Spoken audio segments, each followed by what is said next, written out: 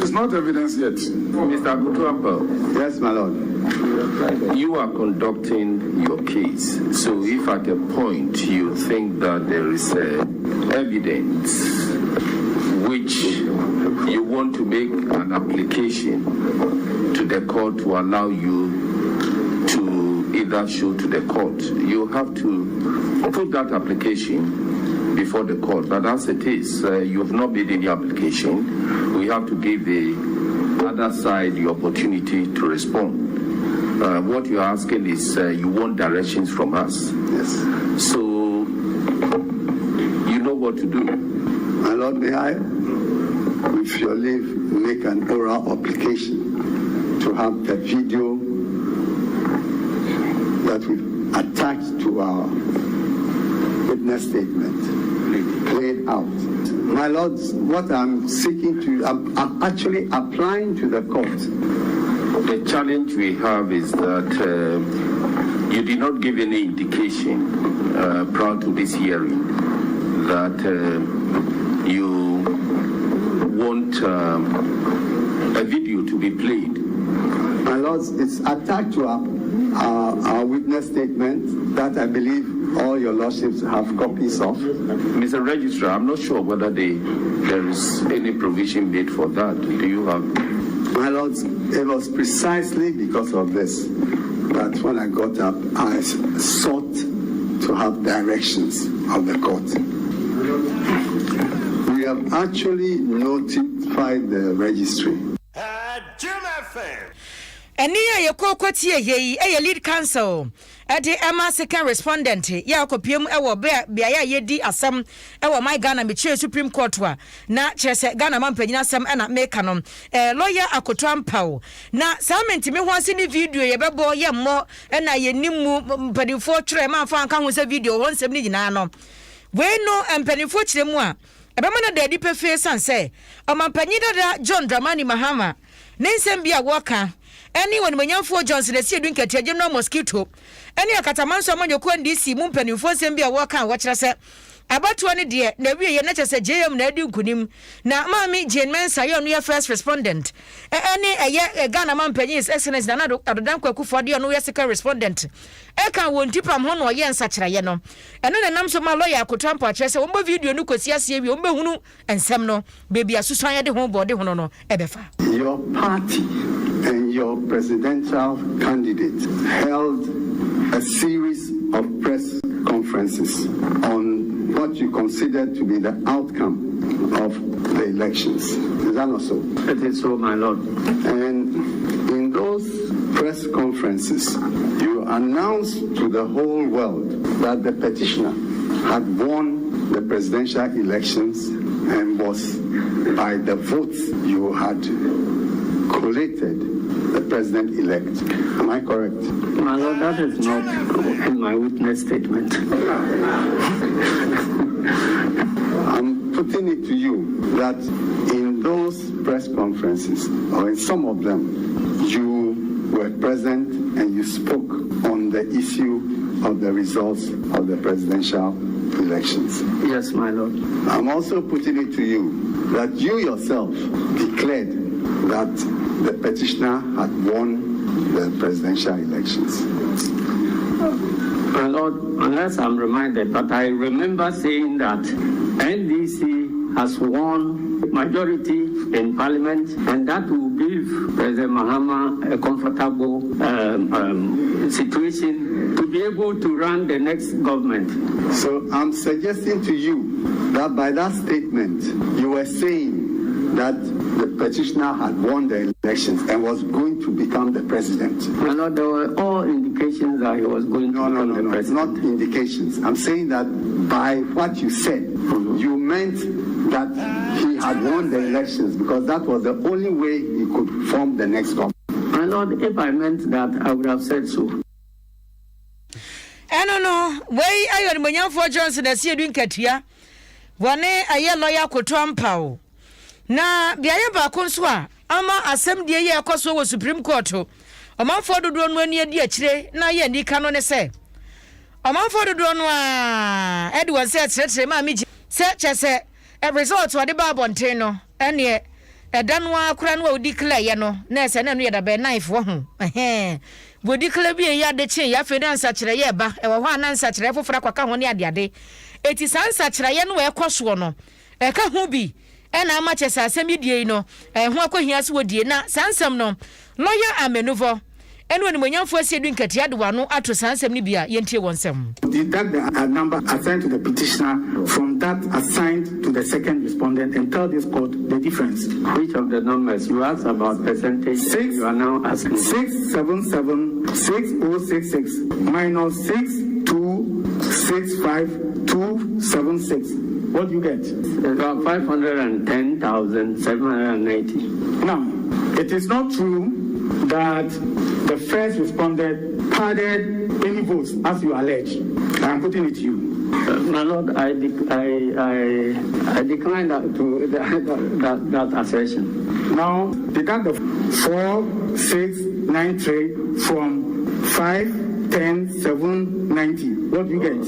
I got 506097. Good. I am suggesting to you that even if this your number as alleged, which is denied, even if it is deducted from the total valid votes of the second respondent, he still has won by your own sheet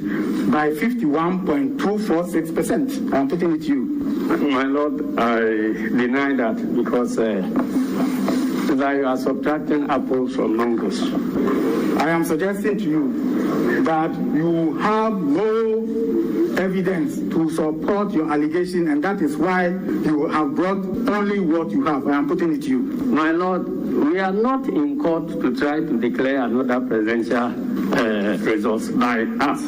We are in court to challenge the performance of a constitutional duty of a first respondent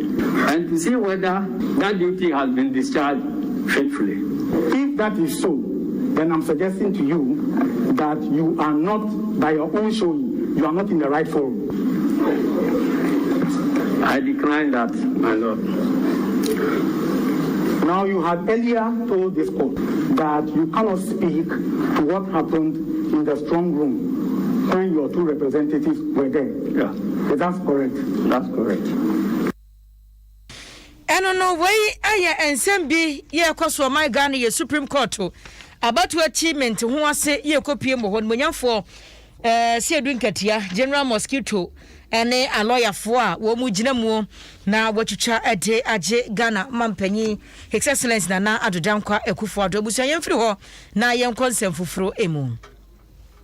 A member be ya, what they were home.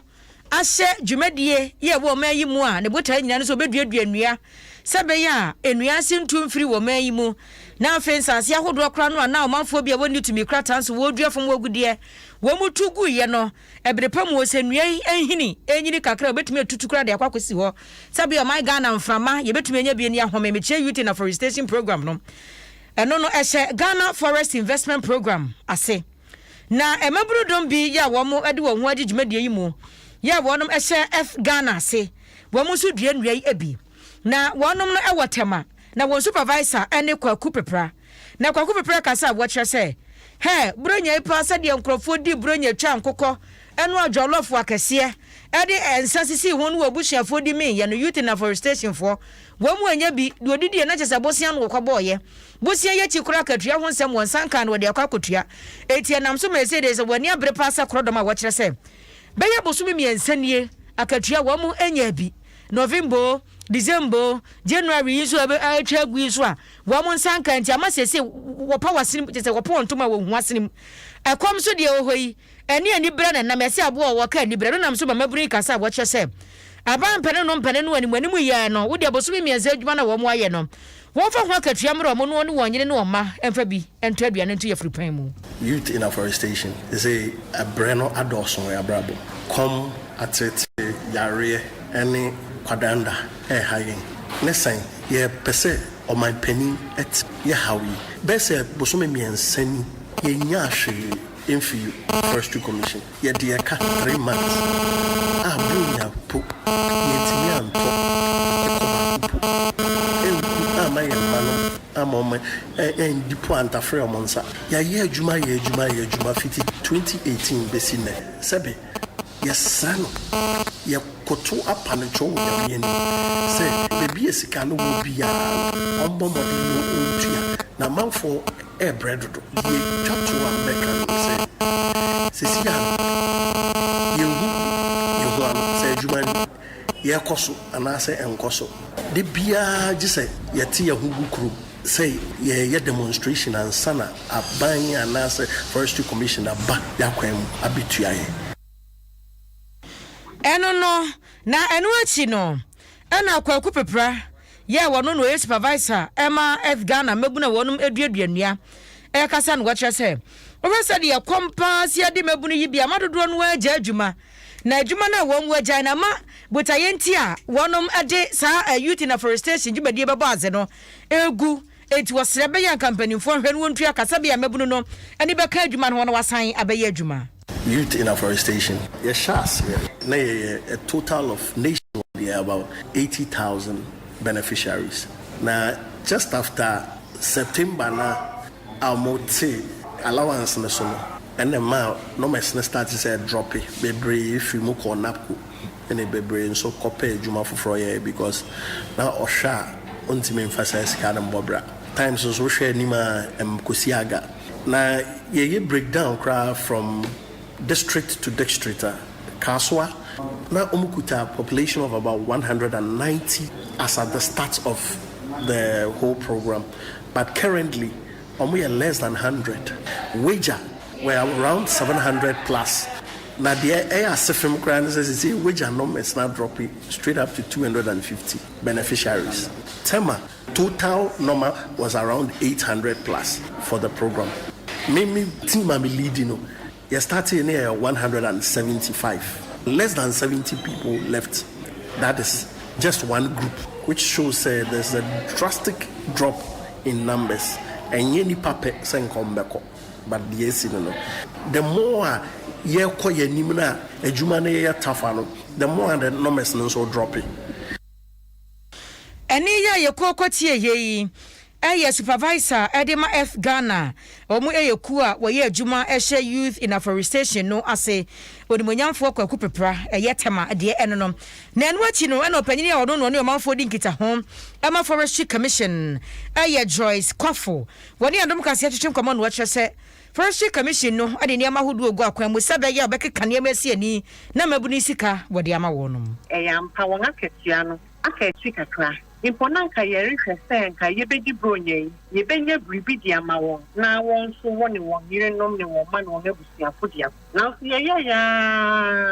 anyeyi na mprefra me no rekasa mpanyifo de hyehyɛ agu akwan mu a yɛrehwɛ sɛ wɔn akatua no ɛbɛba na wɔn so wɔn ho atɔ sɛ bi ɛnyɛ yɛn boapayo sɛ Nanti ne maba wɔn ayɛ adwuma sono a ɛte sɛ na wɔn akatua ma na nso nam sɛ tumi ne nyinaa ɛni forestry nsɛm ne nti ne biribiara mu no yɛn nso no ayɛ sɛ yɛayɛ ayi kakra yɛayɛ handicap kakra nanso nhyehyɛ gu akwan mu yɛmtampo sɛ yɛbɛba abɔnten sɛ wɔn akatua mmaa ɛfiri sɛ adwuma a wɔyɛ no ɛyɛ adwuma a ɛho hia ma ɔman no yie ɛna odwumayɛni biara nso sɛ n'akatua nti ɛnyɛ mpo sɛ ɔbosome ne bɛso na yɛntua wɔn ka nti nneɛma gu akwan mu a ɛrenkyɛ wɔbɛte asɛm de demonstration ne de ɛremfa hwee ma nti wɔn ka wɔn nkoma nto wɔn yam wɔn akatua ne ɛrenkyɛ bɛba PRO Ade Emma Forestry Commission Mama Joyce Kwafo ene ne ekotie na abusua yenkɔ nsɛmfo from we de amanebo ye aba hyehye bra Facebook ya Adom 106.3 yɛde mfonyi bi etu hɔ sesi ye amanebo yɛnsa ka posi ni bi wɔno ankasa wahyɛ ne ho abɔ ne ho tuo wagye ne kra firi wɔno ankasa ne ho nsɛm sɛdeɛ ne kɔba yɛ sɛdeɛ ne kɔba yɛ bra Facebook posi ni no nimfonyi da hɔ before and after da hɔ na bra na behwɛ bi na mekɔ ahoma so na saa nsɛm yinti yamane boni Ambrose Nyanke waboyemu enchemu Ambrose wona wani krocha resi wo hwene santemo posini wo posini bai rank bai fa hene no yɛ adwuma madama empelifo ka sɛ ade kina hyantia sɛm foforo a ɛyɛ asɛmbɔne ɛyɛ busuo kɛseɛ paa na deɛ adom ɛyɛ nsɛmtwerɛfoɔ yɛpɛ wugu mmɔnte so na yɛnsa kan no ɛne sɛ ukopie mu half fascinating municipal idea police commander municipal commander aye friend say DSP corporate Makati Singi corporate Makati Singi na sabedie wabo nutu waje mangata no kwa de free atasefo access wa ayo yene kasepa half fascinating post for atnaye ni na ne say ana pay yade ansam trop yati gumonte na so na yati yenom yade yenyanti yati yade kopim half fascinating yade post bi abodutu eni mo ne kohwehwe mo na jase commander mu a oda half fascinating municipal police command na no na wona gata ne peso ona gata ade bon ho ban no ade abo na gata ne wutu a enya asem kotoa na papa yi ye bi se mu no na jese note a wa chiro ade ato asem I am fed up in this world. I am fed up in this world. And only note what chiro ade Ambrose na chira se mitie wi a opanye zengei chiro krata eja na chire ansa na de ye kase yesusu se wo bo ne hutuo no e baso sa pepe enetie krata no na just ade wa chiro no so ani say I am fed up in this world. And no any idea you ga ye separate senge no to me actual eja na papa ofri nandom apa is region na 2017 and the supposed to know at the by half a say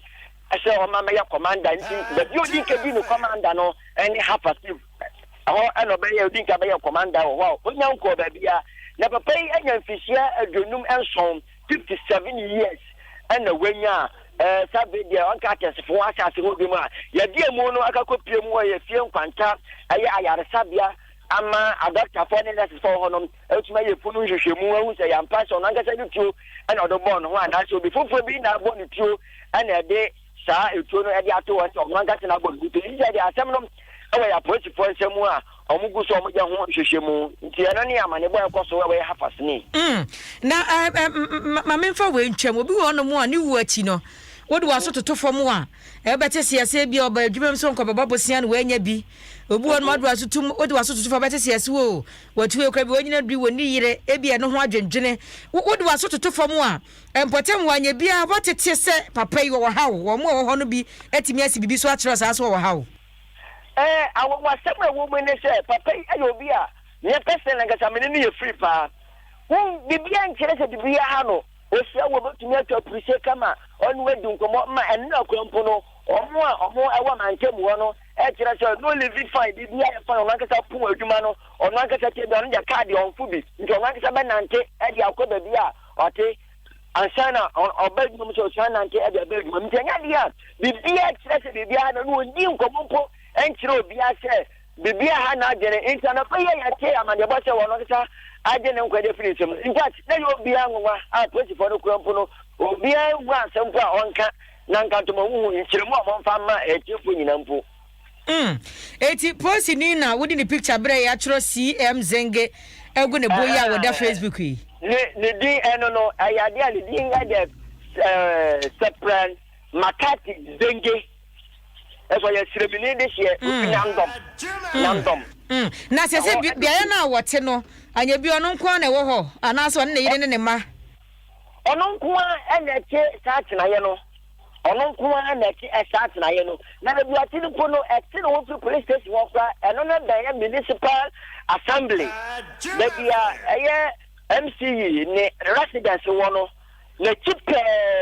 enoti ma MCE no so me gi so at the residence wo bi anke bia anke to ne sound ye no anko beti enti no da jo wonja no kwa ni power to wo enti se bibi papa ha no po tie mu pa anya jo da tani bi abete Yankee obi busa questions say on Facebook na mo nsentro fom ye de na mo teye obi ne kopie ne so ana se anopa no na kire se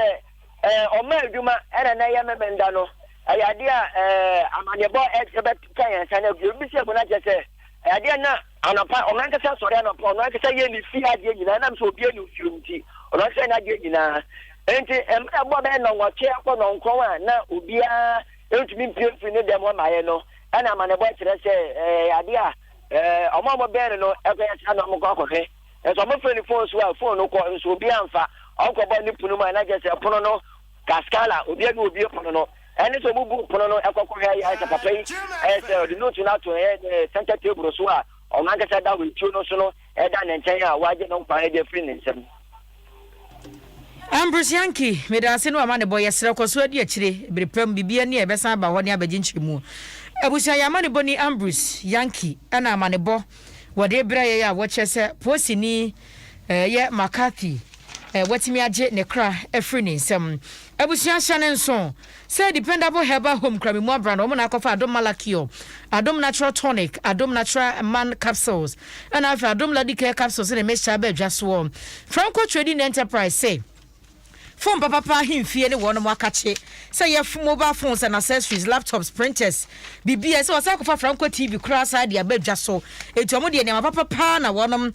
ton wonom akache obetimi ne omadi nkoma be fontente video kwan yi so say woko Facebook na hunu so more than 100,000 likes and hu say your mo ani wo mo ani dwa www.francotrading.com obetimi ne omadi dwa app no so no anse wa download Franco Trading app e wa Android and say wo Apple Play Store na seja wo de wo mo adi enkomo Instagram no ubetimi no amadi enkomo ye @Franco Trading ubetimi ato phone bi bia online wo deliver at their bro sanso no online momo pay code 189480 phone be na wo pe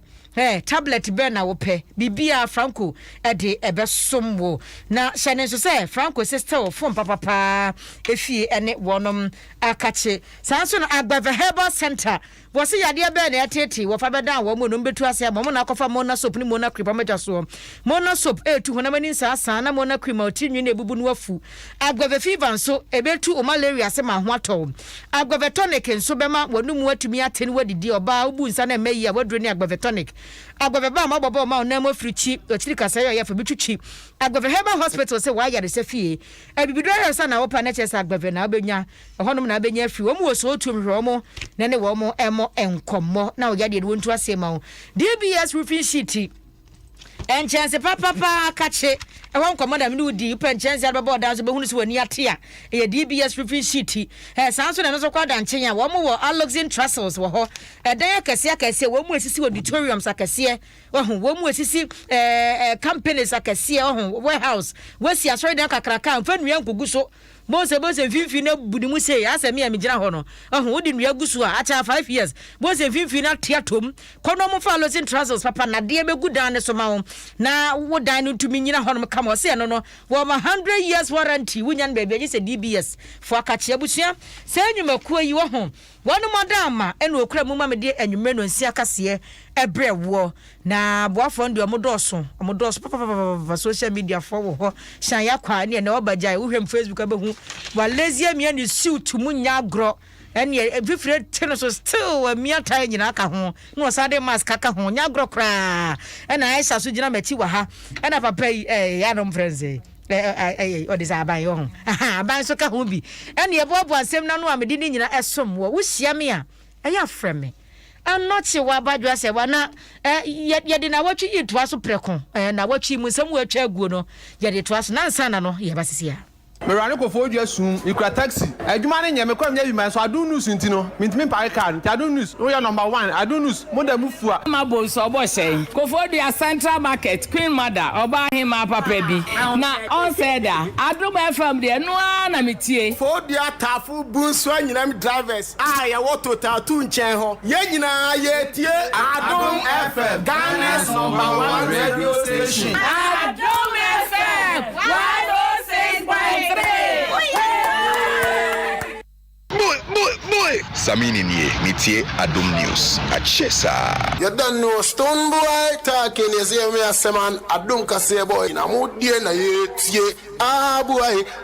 So the Viana Viasin Sam Dawson. If you see me Simon Samuel, just Adom News. You know what time it is. This is your boy Sako there endorse that. Now, friend, what platform area? That what we I send a Sibia, the Biara, maybe the Biane for radio no transfer Adom FM 106.3. Ubeti same papa show Adom FM 106.3. Yeah. Jim FM. You don't know Stone Boy talking is here me as man Adom kase boy na mo die na ye boy. So the Viana Viasin Sam Dawson. If you me TV as someone, just Adom News. Benin, Cotonou, Adom FM. So you are far. Adom FM. It means I mean that is it. Yeah, I don't know.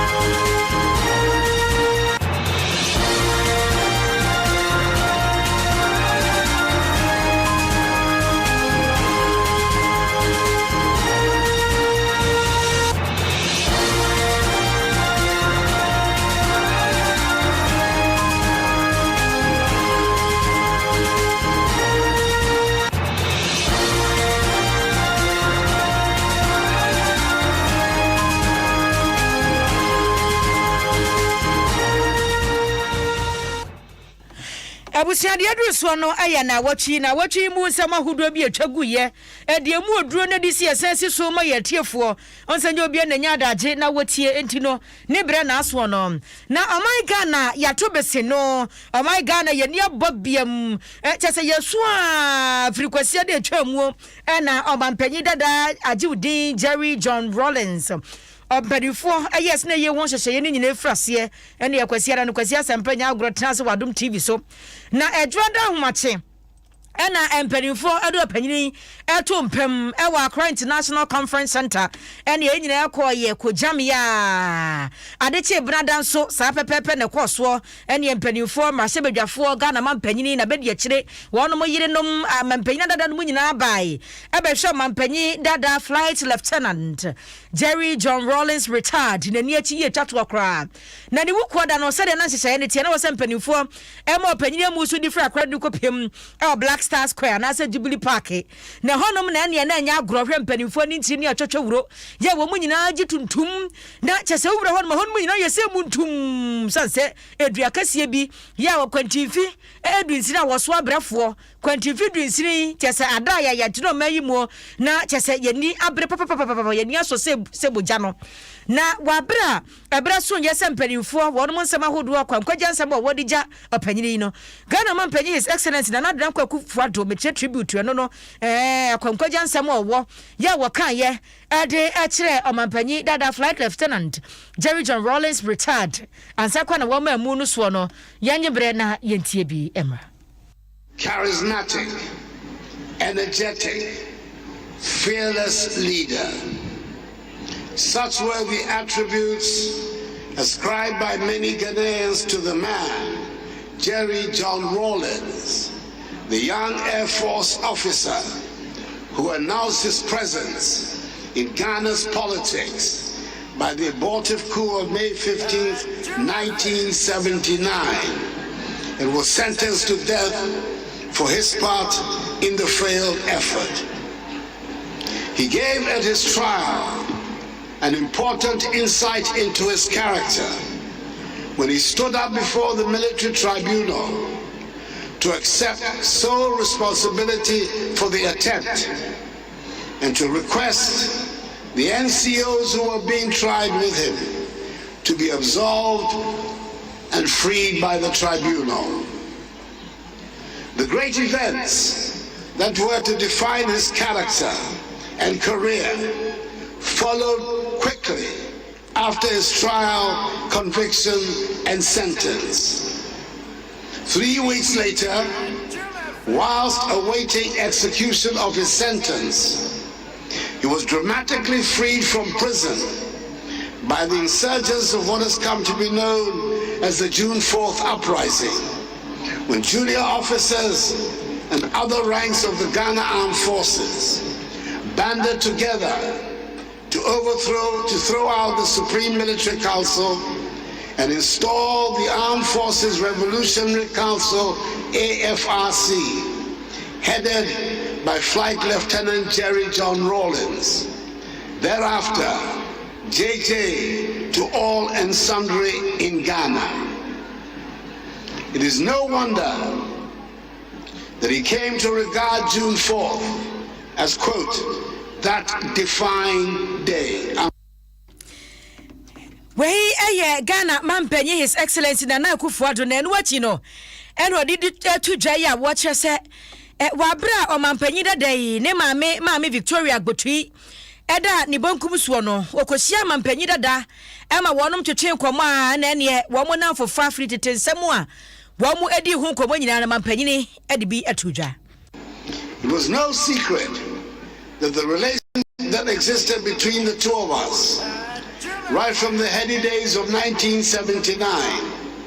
through to my brief period in exile, his assumption of office as the first president of the Fourth Republic, the historic Kumipreko demonstrations, my period as Attorney General and Minister for Foreign Affairs in the Kufuor administration,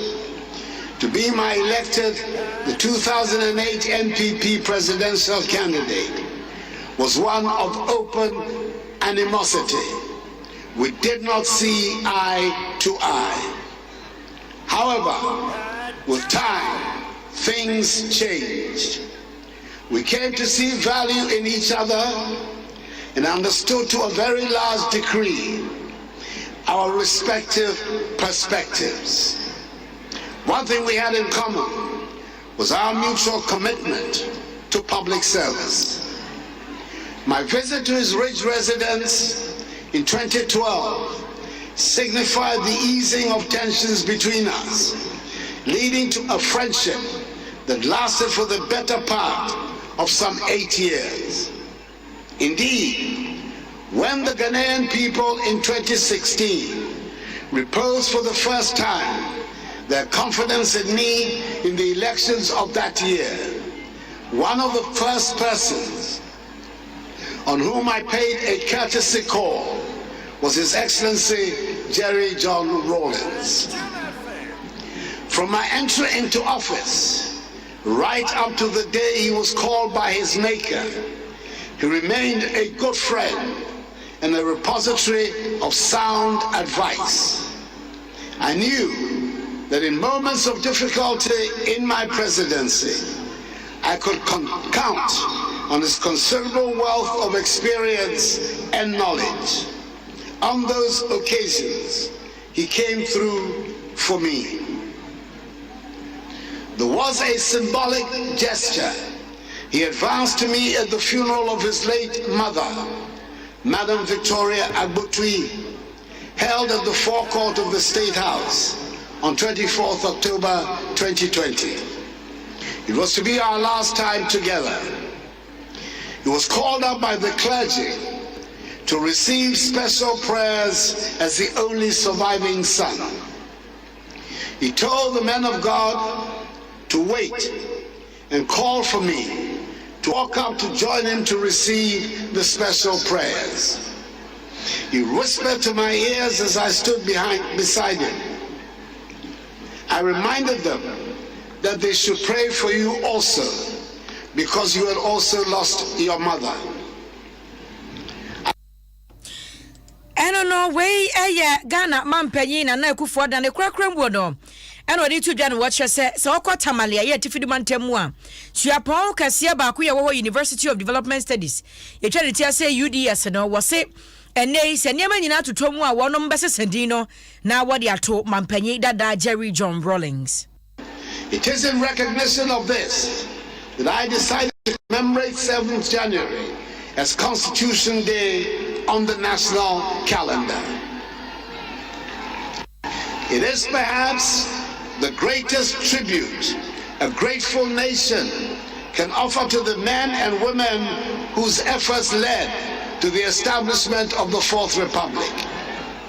It is my hope and prayer that he remains forever the longest serving head of state in our nation's history, For that would mean that the Fourth Republican Constitution and its enshrined term limits have endured. His actions were not limited to Ghana only. The African nationalist that he was, he held unwavering positions on all matters concerning the wider continent of Africa, especially when they involved foreign interference and control of Africa's destiny. Whilst he was with us, he respectfully declined an offer I made to him in 2017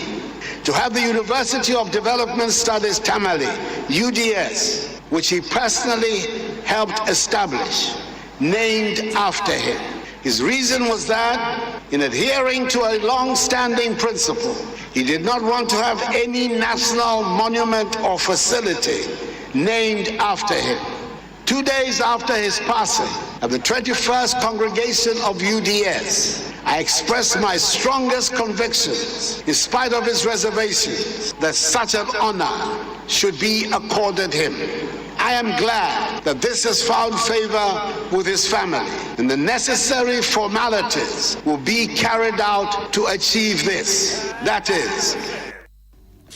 Ghana Mampenyi, His Excellency Nana Danko Akufo-Addo wo Mampenyi Dada Jerry John Rawlings yi ase na sajuma de kura no ase no ene omayi mu asrafo dom kuo wo so kyerɛ wo akwankwaja sam de atwato akora ye ono so begina simpie so kenkan ye de edi Mampenyi Dada yi ho adanse na wono mo kasa no wo kyerɛ sɛ Mampenyi kura no na wonom ewo niam ba ko mienu bi armed forces ni mo no wotumba ye nsakyerɛye wasi discipline pa de Mampenyi wo mana ye adwuma wo honom papa eno so kwa da nkyɛn a wonom ensɛm a wo ka ni mo no kyerɛ sɛ Mampenyi Dada kura na kyerɛ sɛ wodi ni nim de ni nyansa every 64 infantry regiment no ase eno so kwa da nkyɛn a na osrani bradodo a wo hia na sɛ mfie dodo a wase wode som no na ye mfie maku du nwotwe Mampenyi Dada ye na wada ne benkum suyi na wonam ne tumi so ene mpanimfo sasa adwena na wogitum no tum de conference aduonunum ansa kura na ekire mpanimfo ebetum de conference aduasa etu oman Ghana Adom kuo Ghana forces they say wo mo de hye na ato eti wonsem a wodi gya ne kwan bie no enie. Most of the current serving personnel of the Ghana Armed Forces never met Flight Lieutenant Jerry John Rawlings whilst he was in active service. They only know him from open sources as a revolutionary and a Democrat who has left an indelible mark on the Ghana Armed Forces and the nation. One little known fact is the amendment of the Armed Forces Regulations on Discipline, in which the trial by a sole commanding officer was replaced by the current disciplinary board. This was implemented by the late president and was informed by his empathy towards his subordinates and his sense of fairness. He was also the brain behind the formation of the 64 Infantry Regiment and the extension of 7 years from 18 to 25 years for soldiers until the recent further extension to 30 years. He was once both the Chief of the Defense Staff and the Commander-in-Chief of the Ghana Armed Forces, and was honorably released from the service on 14 September 1992. Your Excellency, your sudden departure has robbed the Ghana Armed Forces, the nation, and indeed Africa, of a treasured statesman, compatriot, nationalist, and a pan-Africanist. We and Samoa Ghana Armed Forces wonom edi eja Mampenyi Dada kwan kra na ewonsem kronwam wo no nim se na watwi ne nyina kwakwaye Mampenyi Dada na yiyo ene ni sikasa ye twato my Ghana ye nyina ye nom ye ena eya opanyini ya wono ena wotu franka sa akwaye kofa bai edema All People's Congress when menyafo Hassan Ayarega opanyini so kasa no watch say ade ba ko pa mampanyi dada boda ne benkum so wantumi anya ama chese wodi ya kakra ne say o mampanyi ti ase wantumi amfa pen ne pepa ntro no ankasa ne ho nsem na bo se nko mampanyi dada wo twiro buku pa ne ade ko library ahodom esan se kanchiri ma be kenka bi na wo sua de esan so mampanyi na wo gina ho no ma kabi ma minka bi e friend say democracy eno o my Ghana ye fa hodie ne timamuni bia fa hodie chese wo gina ho ma pepepe yo any discipline ti na wasan ko panyini wotimi twira ngoma eto opodi nsemi tuja wa bro tumi kokoro panyini ani achi krakra sesia ya nyini ya nim se papa akwa one ebe oha papa went with everything. Papa went with the fear of his children not to misbehave. Right now there's no papa in the house. Now you will see that we all begin to misbehave. NDCO, MPPO, we're all scared of Papa J. And we believe that no matter what you want to do over here, because of Papa J, unsuru. Sesia Papa J, one of us, vacuum no creating, and that vacuum is going to be very difficult for anybody to fulfill that vacuum. So far, I have not seen anybody who can fulfill that vacuum. So he has created a big vacuum, and that vacuum will be very, very difficult to fill. And Papa J did not leave anything to guide us. Papa J should have left something to tell his story, to guide us, to show us the way. Papa J left without it, apart from his leadership. But his leadership was not in a form of a book. So Papa J should have been like Nkrumah, who probably would have written several books. No, way ayon monyan for Hassan Ayarega APC amanyokuo no Frank Tunisa yakofa banane krakra buono ena mrase bedwafo bi ni o my Ghana amanyofo ya wono mo so kohwe opanyie ni achi krakra no so ne anob kase etwetwenkomo be pia ka ke probity and accountability e wo ko ake ekomu ke enine e awo skami ni mashika ni jino ni perform cho ake craft eyemi no fita he the chafa when you o maimu I say another yenyina ya ba say ya ba be ye nyina ebe mo no say dey be arewo abusuana ayene yeso so be ka ho as a party na dey be twaja ajo so we Ghana charismatic leaders are Nkrumah Rollins omi very charismatic adan kanisa omutimi galvanizing people no momu di omechi whether he achieved that charismatic vendor he had now that is questionable because no vision, probity, accountability, transparency, no vision. He's the longest serving president of our country, longest serving.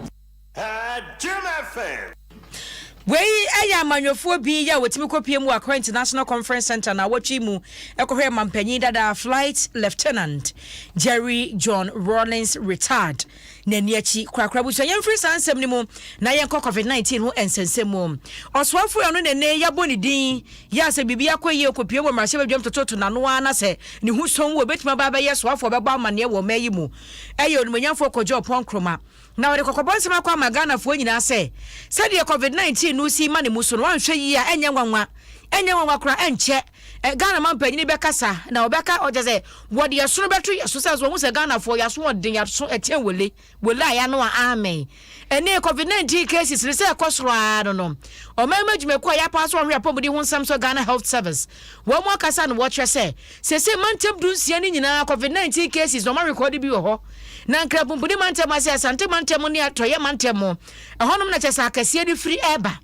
wase January bosumi yi mu nkoa bosumi yi edi nka wa afi ampinu ni aduonu ba ko yi mu 1 month ya ye wo mi ye ne aye 30th wase ohwemu a cases a wo mu anya ne ya hansia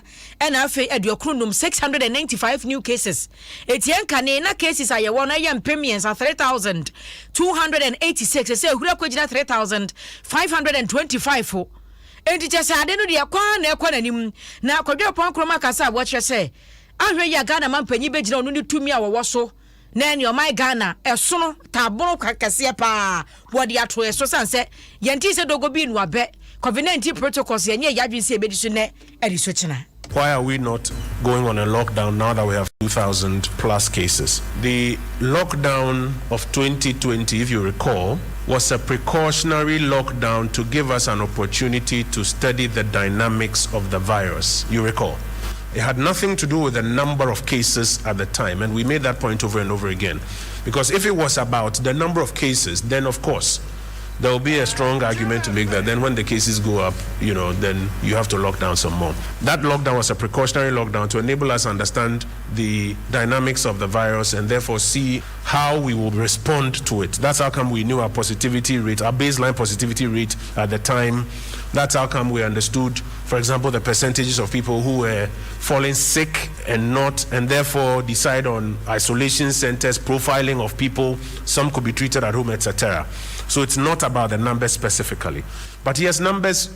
do play a part at some point in time. And that's why we are making that strong argument that if you look at the trend of the numbers today, and if you look at the characteristics of this third rise, and the fact that still a lot of people are not doing what they have to do to we ayeswafo ayabodi din se niama nyina totoyo betumi abaye ya manebo eswafo de munyamfo kojo opon kroma na enwachi no and Director General Wadema Ghana Health Service Dr. Patrick Kumabuache wabra wane yedua bedna guasante esiedu akwasi A4 twetwe nkomono enwache se ne Ghana fo bi se won ho no oboy wura pharmacy ni drugstore no akoto oxygen tank chese ne home yesa de ete kekere so no ade atua ne hwene no won wo home kro no wasase so obo wa osuro onkwa yaresa bia me yankas wanya covid na chese wa freda danfo bia o wa yaresa bia wo mo covid ni bi no abusa chale masase ebo wo na me ho ahyehye na me hwene mu ntutu achai ye de no adoko na be ye na ne nwan so a chese aduro we ABC koto no ho beto no watifie no obo wura pharmacy no akoto no se Ghana fo yantwe won free saade no wo dodo wo akwayaresa bia ne enhwe covid ni bia wo nhwew na asientu se oyare a link up se system no kra na ehwe wa yenim se wo fie se condition wo mene ne ekiro ne ye ne ebo ho ban na se obi wo ho akoto oxygen na obi abane fie no de business no enye fese obi hia oxygen bia no o so wo ba bia ebinya direct observation enye se hoteli fie na e do se sense no ja no hoko enne stress na moye ne science because what ne fie a che enti na ma oduru sa o quite positive pair bra ni observe start say sampa e be hunu ni apempa ama so be here admission ni apempa dan say better na hwa bia tama be fresh no na barely talk can oxygen so fie na ene ne yempe no fi say yeah now my colleagues some here no ethics no that's not allowed that kura say obey sadia no but modern say odin be ko baby a obenya direct observation na me de ne say obi a di protocol no so abe say numbers no be ba form say me nya bi na mantimi afanya wa say wo nsu nya bi na nkoso na be say ba form that's the whole principle say ba form there na yetimi aye nti me fi say yen my energy no mum enko more say be kan che ni pa say obi a mbo no ho ban no we aye Dr. Patrick Kuma Abuaje yegusuwa wo COVID-19 ho ensensemo mrashebedwa machi ya mehene wonmonyamfo Alban Kingsford Sumana Backben na wachi mu di tuja wache se nansa wonum di si ho se mrashebedwafo nkonko test ni enhwe sub COVID-19 wo mu obi anaso wo mu ni bi no he ni mrashebedwafo no zo mu ene beja we no yi afa ho no na ekro no eno je se jesi ya di abasi omo so test keke no omo kwaye na afi adane maabo kura menam so ma obodi monyamfo abamba be sa de dako eka ho nti nansa no dako ka ho ma ne ye ne nan esanse na obubu sisi a mrashebedwafo dodo omo tumi ba betie test no nansa ntem no na chese obu nu fampo tina wase wode dane bi eka ho se be ya obetu enya wo mu nya no okasa no chese na mrashebedwafo mpo ena maso di se COVID-19 test mu dwani na Ghana fo ya yegu ase a no okasa no chese wasra mu ada omo maso nyemre sanse omo ye honorable eti wo monya ade e bema se bidi na ede omo so no ene omo ni padua ebefa se de ode nsem tu dwa no ye nchire bi we arranged with the Nogunchi Institute use 3 days. The 3 days are over, but I'm reliably informed that a number of our members have not yet taken the opportunity to either do the screening or even to undergo the COVID-19 test. Honorable members, I humbly urge that you all take this opportunity seriously and go through it by the end of today. The team is still at the Parliament Medical Center waiting for members to do so. William Rashebe Jamwachi Amehine Alban, Kingsford, Sumana, Backburn, which you can say ask Backburn.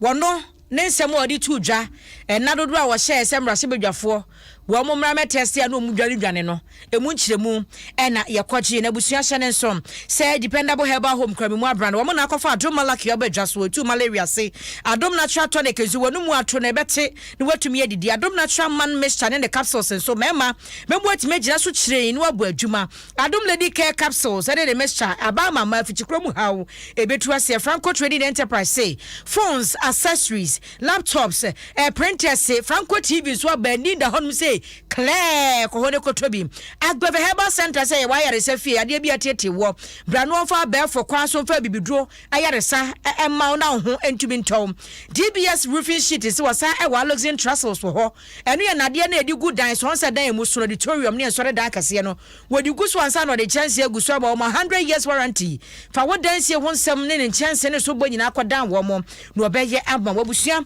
wo mu na ekura me mu abrane emma me di na wotwi dwumadie esom Rushamia, ya frame. I'm not sure waba. Ajwa se wa ho. Me sore so. Me sore so say commenting. We was say I'm not sure about Ajwa se was an ambassador for coronavirus. Ayo yada se mo fa ho portfolio no hu sika mra na menyinyirem. Steven Tufo.